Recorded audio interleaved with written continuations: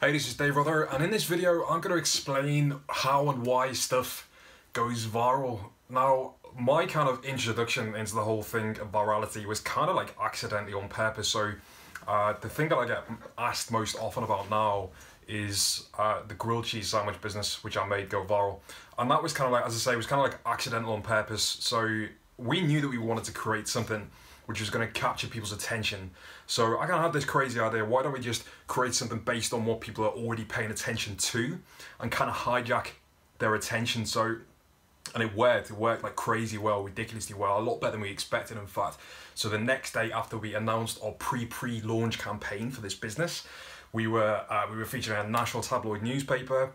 The following week, I was on radio back-to-back 3 times a day by all the different BBC channels over here in the UK. It was a pretty roller coaster ride, and it was, as I say, like completely accidental on purpose. Since that, I got really obsessed with like why stuff actually goes viral, and I kind of been deep diving into finding all the resources on how stuff actually goes viral from people who've actually done it in the past, from professors of marketing psychology, from other business owners that have managed to achieve a similar thing.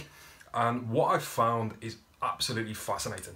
This kind of journey started along the way when I was running that business, and I was able to use other elements of virality, which I hadn't even sort of come across when I first started to create this business. Started to be able to implement these other elements to catapult the existing efforts into the stratosphere. So what I really want to illustrate to you today is that these principles kind of apply to anything. It's, you know, when people think about virality, they generally think about like cat memes and stupid videos of like people falling off skateboards and breaking every bone in their body, or cats doing ridiculous antics, or, you know, general crap that like doesn't really sell your product, doesn't really do anything as a business owner. And, you know, there's probably lots of people online telling you that you need to build your following, you need to get engagement on your page, but you also need to identify that fine line between like creating engagement on your page and actually doing stuff which will work towards selling your product as well. At the end of the day, we're businesses, and like as much as like some people have a funny feeling about like making sales, which is a whole other conversation for itself, and making money, and, you know, being centered around the idea of making money, it's difficult for some people to get their head around. But at the end of the day, we're businesses. A business's function is to provide value in return for revenue, which it can use to grow, it can use to provide more revenue, right? So that's basic economics. So when it comes down to like what you're doing online, all of the effort should be based around, first and foremost, creating sales and creating revenue for your business so that you can continue to exist and continue to provide the services which your customers pay you for, and your customers hopefully like. So for fear of going off on a massive rant in any direction, which you'll have to excuse me over the course of these videos if I do, I've got an excellent tendency of doing so. I just want to dive into some of the basic principles of virality and why stuff gets shared, and how you can actually use that as a business owner to sell your stuff, as opposed to just contributing to the amount of seemingly endless content on the internet right now. So essentially, to make something go viral, you need to break it down to what exactly virality is. And essentially, virality is a chain of shares. So if you think about how something goes viral, it's through people sharing it to one person or to many other people. And essentially, for something to be viral, for something to actually be classed as viral, it has to have something which is referred to as a viral coefficient. So that sounds like a swanky term, but essentially all that means is that it's being shared by at least one other person for every single person that it's shared to. So I've chalked up on the board here a visual illustration of what that looks like. And this would be what we refer to as a viral coefficient of 2, okay? Bear with me. I know this is getting pretty sciencey already, but just bear with me a second.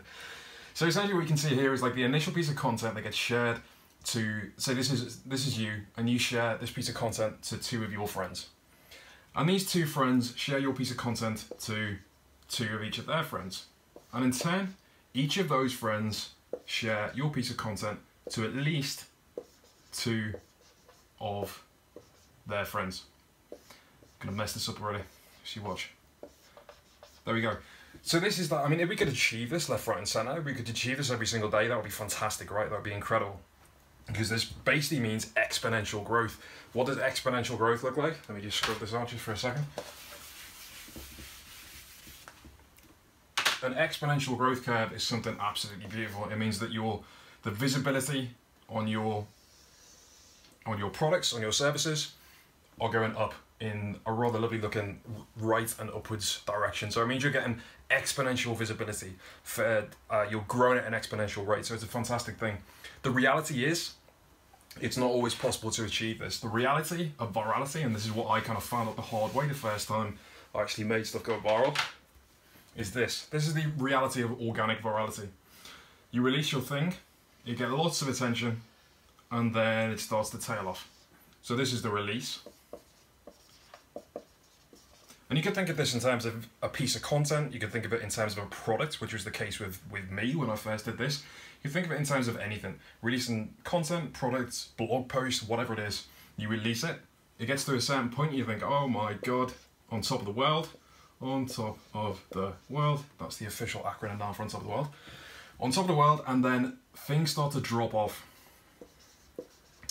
And you think, oh, this is okay, right? This is just a peak and a trough thing. And then you get to this point and you're like, holy, do another acronym, holy crap. And this is the reality of organic virality. And this is something which I kind of came up against and thought, okay, crap, so how do I actually deal with this? How do we get over the next hump? Because at this point, we released our product. At this point, we were getting interviewed on every single radio station there was. We were getting featured in global press, news, international news, Business Insider, BuzzFeed, like huge publications, and everything was going up and up and up. And what tends to happen as well is that smaller publications, you know, the odd publication starts to pick up your story, your product, or whatever, and then everyone else wants to hear about it. It's like a trend. Everybody else, even the bigger publications, want to hear about it, and it starts to grow and grow and grow, and it snowballs. But you're always going to hit this thing. This is the nature of anything. This is where things hit a saturation point and start to drop off. So how do you contend with this? So in terms of virality, what I did is I went back and I started to look at when we'd actually created this product for the first time, we'd actually looked in the direction of the publications, the people that we wanted to influence with reading. So people like BuzzFeed, people like, because it's a food product, Cooking Panda, people like this, all these kinds of channels, relevant to your products, exactly the same. You just need to think about the places that your audience are spending their attention. So for us, this is places like BuzzFeed Tasty, this is places like Cooking Panda, lots of different channels like that, and they were all doing this exact same thing, these top-down square videos showing the products being created. And we're going to go a lot more into those specific videos and why they work so well for virality, but that's kind of not important for the time being, so I'll cover this in another video. But essentially, we modeled the videos of the people where our audience were already paying attention, and we created viral content based on what was already out there in the marketplace, what we knew was already being responded to really well, and it worked like crazy well. So we took at the time, like we'd experienced this big drop off, and we were here, and just to add insult to injury, our supplier got liquidated at the same time. Absolute nightmare. Invested all of our money into the thing. We turned over that month the equivalent of $3,000. Right, so immediately after implementing these strategies, implementing the videos, exactly the same concept, the top-down cooking style videos, like demonstrating the product being created, we took our revenue from the equivalent of 3K to 34K in a matter of 8 weeks. So from 1 month to the following month, we've taken our revenue from $3,000 to $34,000 by following these principles, and also incidentally using paid promotion, Facebook ads, just to be completely clear, which I'll cover again in these upcoming videos. But it just kind of demonstrates how now, as opposed to experiencing